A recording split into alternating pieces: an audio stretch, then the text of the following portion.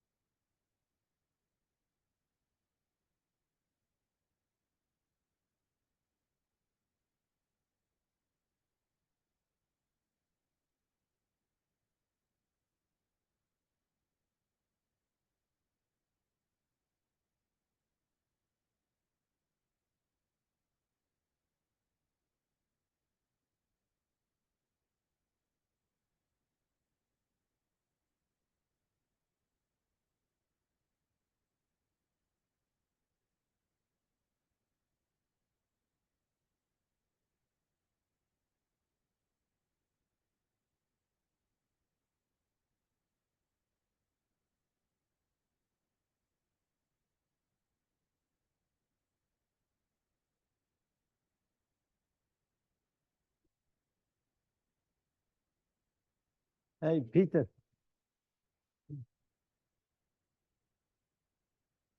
Don't we have a flag for her?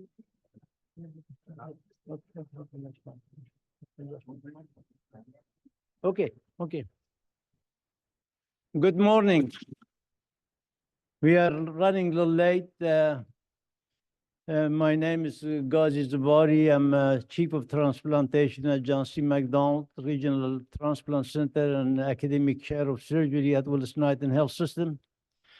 It's a true honor and a privilege for me to introduce to you the state-of-the-art lecturer, Dr. Nancy Asher, and her talk entitled The Future of Transplant Surgery in USA. Dr. Asher does not need no introduction to this group. Her CV is very impressive, and I can easily spend an entire hour presenting to you her awards, achievement, and leadership role. However, briefly, she obtained her college and medical degree from University of Michigan in 1974.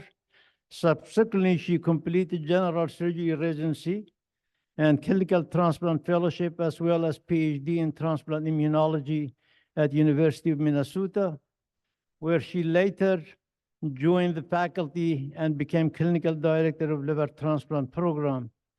In 1988, she was recruited by University of California in San Francisco as Chief of Transplantation Services and later on as Chair of Department of Surgery.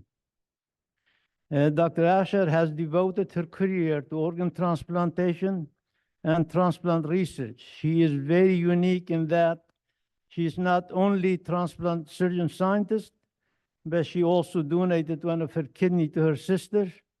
Additionally, when she performed living donor hepatectomy, she handed over to her husband, Dr. John Roberts, to transplant it. So she really have made transplantation as like a family affair for her. She has mentored nearly 100 fellows and young faculties and has some 450 scientific articles published in peer-reviewed journals. Lastly, she has served on the Presidential Task Force on Organ Transplantation, Surgeon General's Task Force on Increasing Organ Donors, and Secretary of Health and Human Services advised. Dr. Asher is a member of numerous surgical and medical societies, including American Transplant Surgeons, and she served as the first female surgeon to lead this association. So thank you very much for being here. I know you have very heavy, hectic schedule. We are honored to have you. Thank you.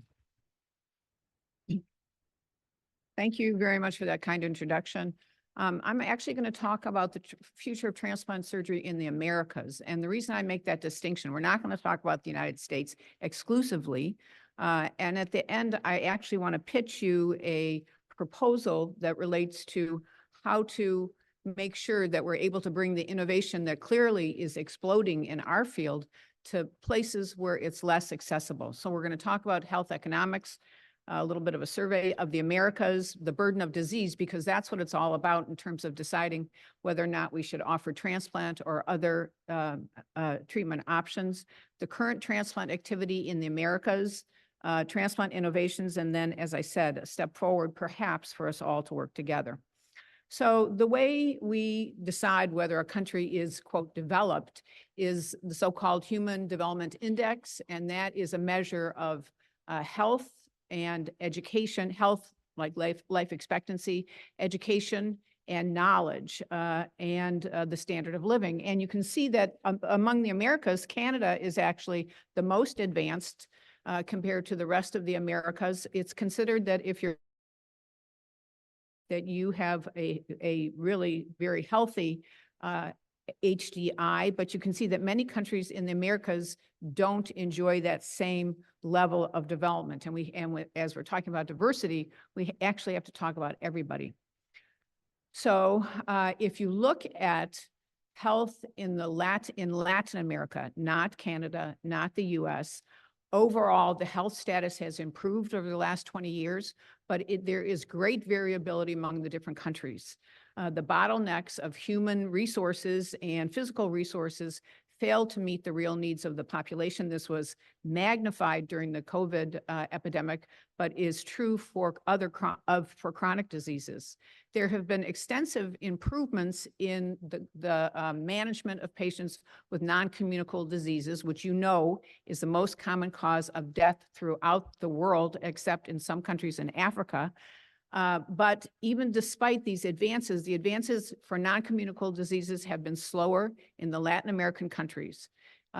They also are much more troubled by trauma and much more troubled by communicable diseases, although we have all been humbled during the COVID epidemic. Smoking, alcohol, and obesity underlie major health problems in Latin America, in the US as well, come on. And the basic quality of care is missing in many of the countries. So while increased spending has occurred in Latin America, mainly it's out of pocket, and you heard that from Dr. Cleary in terms of the Canadian health system, mainly the spending is out of pocket, and that, of course, is potentially problematic. There's poor allocation of, I think it's actually getting better in Latin American countries, and we will look at some of that stuff. So if you look at total spending per capita, at the different countries, and this is mainly OECD data, the United States spends the most, and I'm sorry, my slide is cut off, but the US spends $12,000 per individual per capita for healthcare. This compares to, for example, Colombia or Argentina, Costa Rica, all spend less than $2,000 per person. So there is a vast difference in how much we're spending for healthcare. Not to say where these dollars come from, and that's also important. So if you look at the number of doctors, when we're talking about resources, nurse resources, doctor resources in these different Latin American countries, in the United States has 14 nurses per 100,000 and 3 doctors, which is kind of low compared to the OECD data. But in terms of Latin America, it's quite high. The highest country in Latin America is Cuba, with 7 to 8 nurses per 1,000 population. And you can see that the number of doctors is usually less than 2. So those countries are lacking compared to the United States in terms of physicians and nurses. The number of hospital beds is also lacking, but look at the variability in the different Latin American countries. So it ranges from a high of 5.8 to a low of less than 1 hospital bed per 1,000 population. The United States is not that great, 2.77. And you can see where the OECD countries are. Those tend to be countries in in Europe versus Latin America, 3.1. So there is a wide variability, and this is limiting in how patients are cared for. This was magnified during the COVID epidemic as well. For how much we spend, we don't get much in the United States. You can see that we are the red outlier in terms of health spending versus life expectancy. So we spend a lot, but our people live relatively shorter. And this is OECD data on your left. And then avoidable death data, the United States also is quite high compared to countries that are spending almost as much as us. So we don't get such great report cards there. Now, how about life expectancy? And I obviously don't expect you to examine this too closely. The life expectancy for men and women in the United States is 76 years, quite remarkably poor. This compares in Latin America to a low of 61 years for men in Haiti. But you should also note that Argentina, Uruguay, Chile have life expectancies that are actually better or just about the same as the United States. So we think we're doing so well, we're not doing so well. How about the other determinants of health?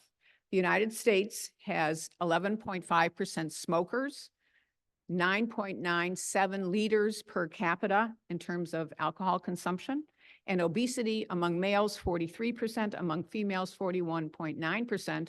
The only two countries that are higher than us, I think, are Mexico and I believe Chile. So we are not doing so well compared to our Latin American compatriots. And certainly in terms of avoidable hospital admissions in Latin America, you can see Latin America data from a few countries compared to OECD data. That's like European data in the hatch. You can see that in terms of asthma, there's less unnecessary hospital admissions in Latin America. For COPD, there is less. For congestive heart failure, there's less. For hypertension, there's about the same, and for diabetes, there's actually more in some of the countries.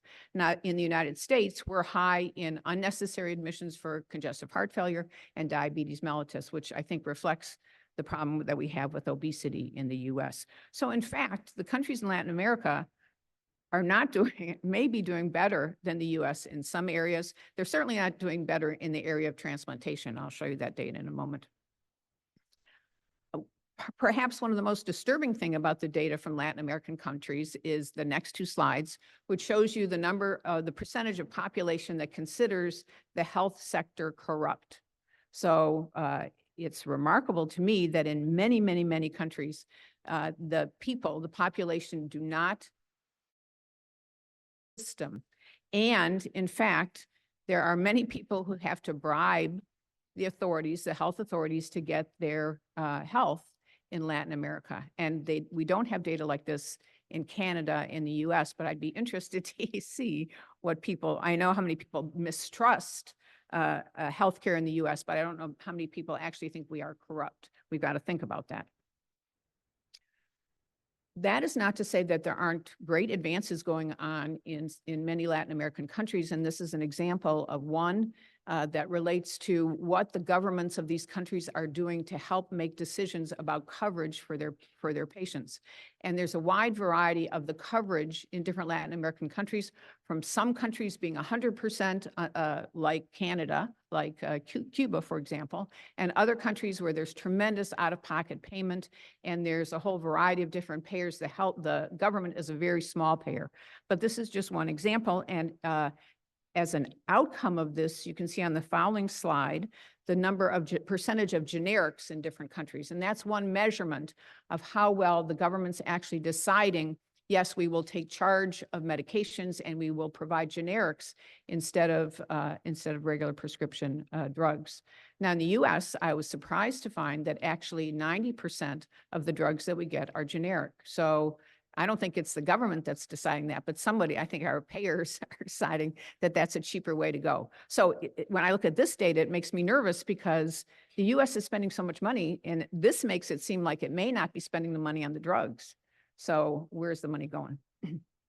So there has been globally, except perhaps in the African continent, there has been a major shift from communicable diseases, diarrhea, respiratory diseases, HIV, to non-communicable diseases. And that's the major cause of death as countries develop. And the fact that we have more and more non-communicable diseases, and we have ways to address that, like organ replacement, forces us to think about what the role of organ transplantation is in global health.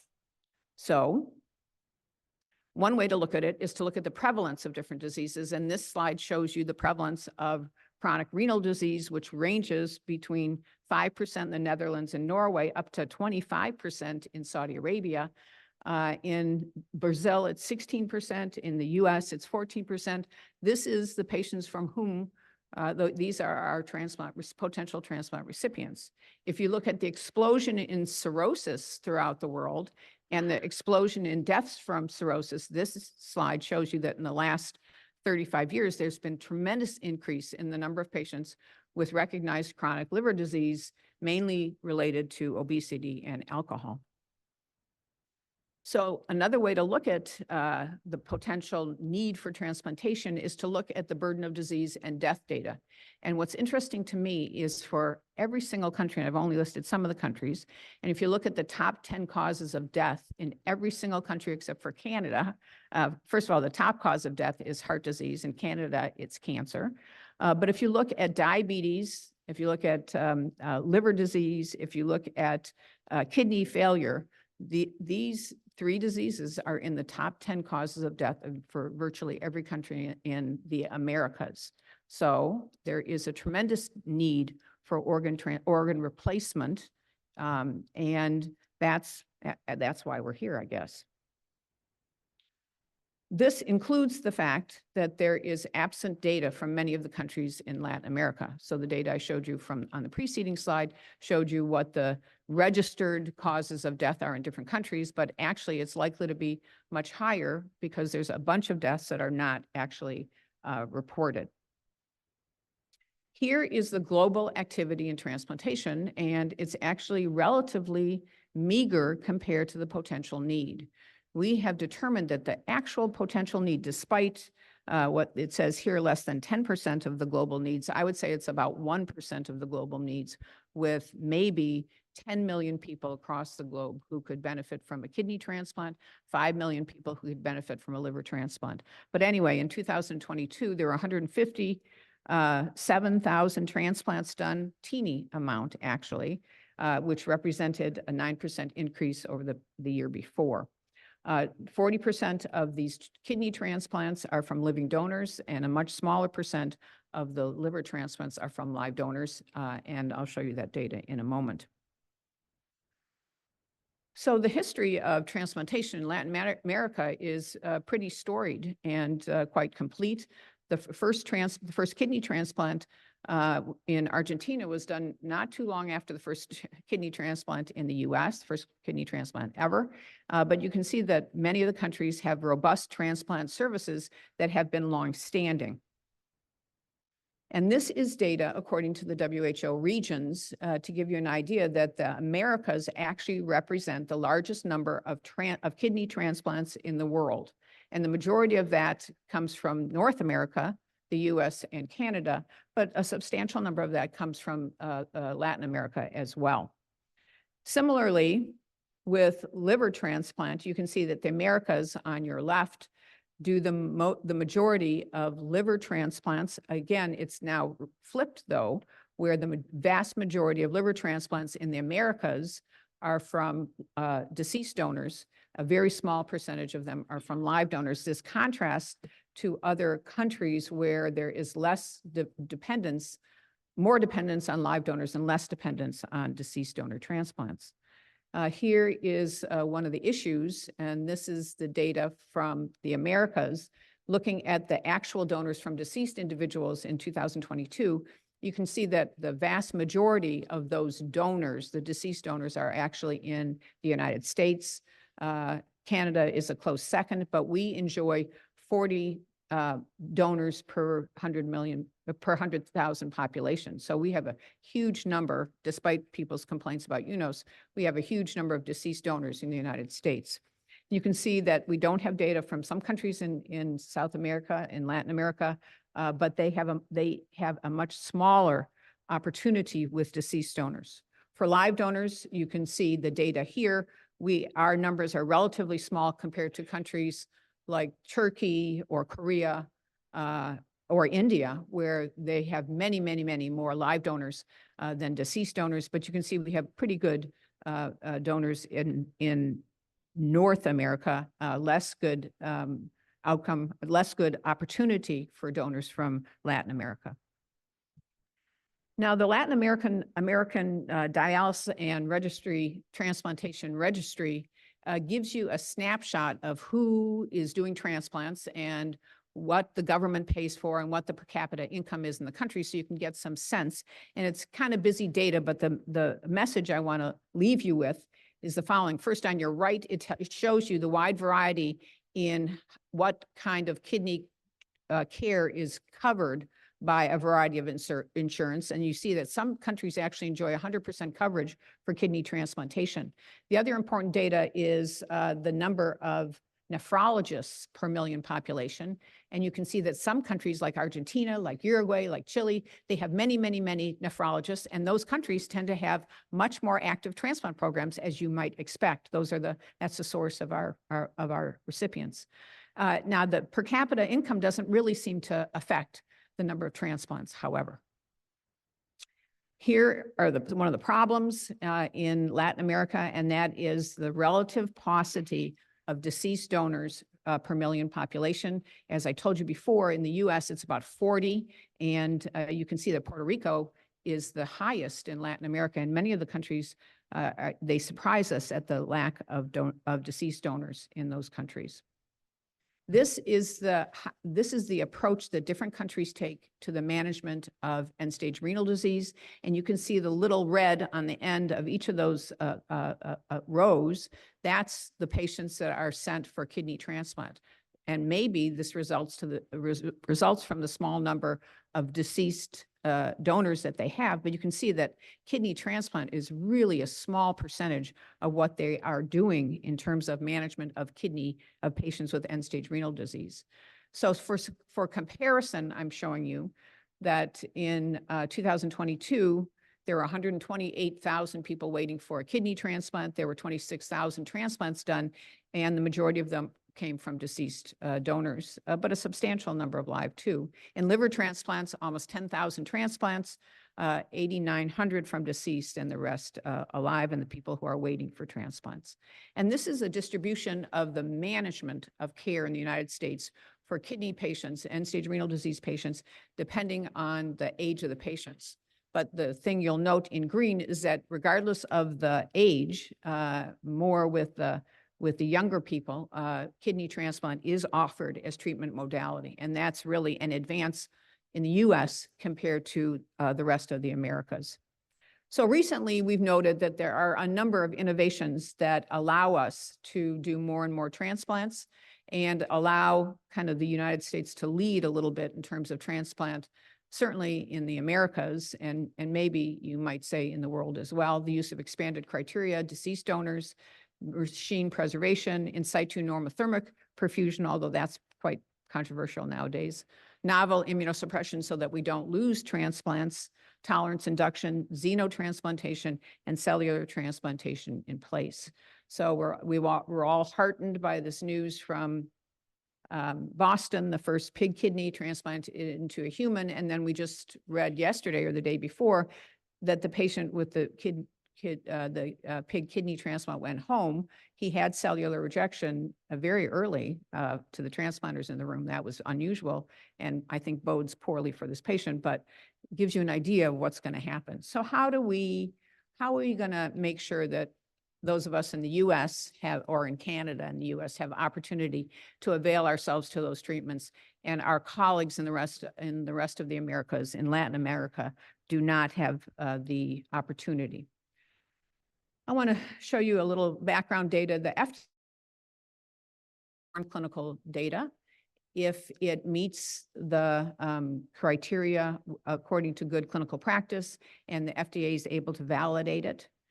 This is information from the FDA showing you the cost of doing clinical trials in the US, which is in darker color, compared to other countries. And you can see that Brazil is about 60% of the cost in the US. Although this is old data, there's new data that corroborates this. Here are some of the pushes and pulls in terms of doing trials in the US versus doing trials not in the US.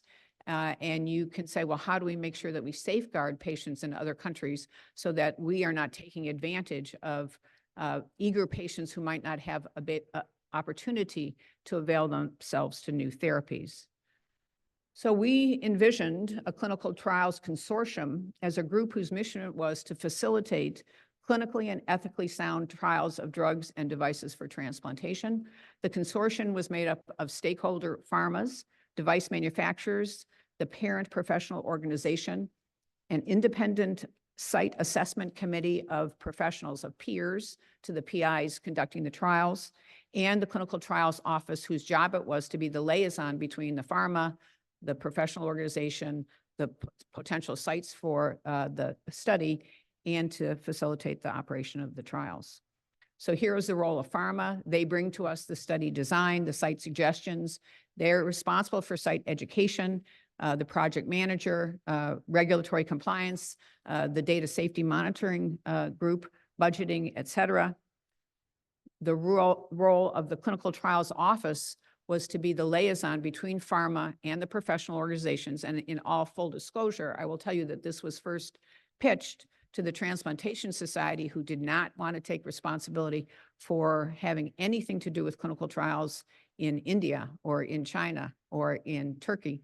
But I actually think that the notion of having the clinical trials in the Americas is one that we could wrap ourselves around. The job of the clinical trials office was to communicate back and forth between the PIs and pharma and the parent organization to maintain an inventory of successful trial sites. And perhaps the most important goal or job of the CTO was to develop and maintain country-specific regulatory rules and contacts. The role of the independent peer site assessment committee was to develop criteria for site suitability, including clinical activity, ethical aspects of care, doing site reviews, develop reports, and site review following remediation if a site didn't make it to be selected. The role of the parent organization is to provide administrative support, select members for the peer committee, review the progress of the CTO and the independent site committee, and to educate PIs from the different sites. Here is a framework that I don't expect you to read, but gives you an idea of how all the groups might work together. And these are some of the key benefits for the parent organization. It fulfills the mission of being a global organization, of actually having an opportunity to educate people in countries where perhaps they don't have access to clinical trials. It increases the ability of the parent organization to monitor, it enhances the parent organization as a global leader, and there is an ongoing revenue stream from the pharmas to help to run these clinical trials. For the PPO members, it is an opportunity to be involved in clinical trials, to use standardized data sets, to undergo program review and education, and for some financial support as well. The advantage to the pharmas is that they have the professional organization helping them decide who is a site, what PIs at these sites in other countries need additional education or remediation, and it gives them the stamp of approval of the parent organization.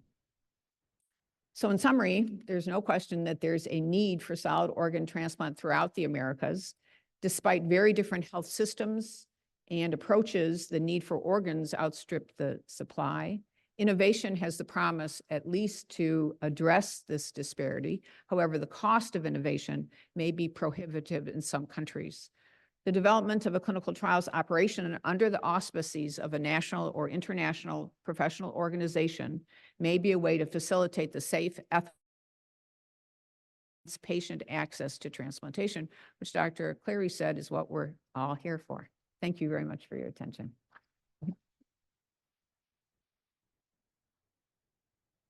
To give you a little here, but we can Oh, go right. downstairs. Small building Okay. appreciation.